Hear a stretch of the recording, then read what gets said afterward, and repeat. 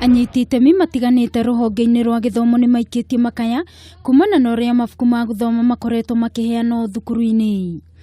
Undu uria kiama kia arutani a secondary KUPPET ruhonge rwa Naikuru kiugite kwaya gukorwo ni njama ya ungumania iratwarithio na mbere kuona thukuru imwe iraheo mabuku itarabatara.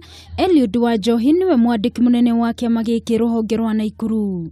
You find a school of 100 students, then they bring more than 100. They bring around 130, which the books are of no use in the school.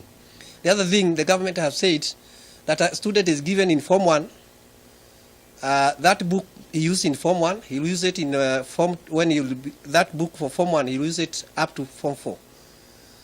And that means a student will be having more than 40 books.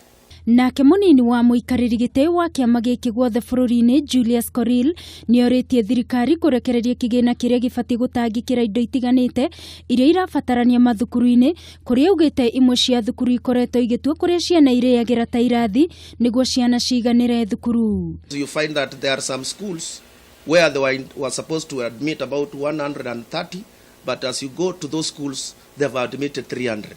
So there is strain. Some students are sleeping in the classrooms. Some even are sleeping in the libraries. So we tell the government that they need to bring these infrastructure funds to those schools.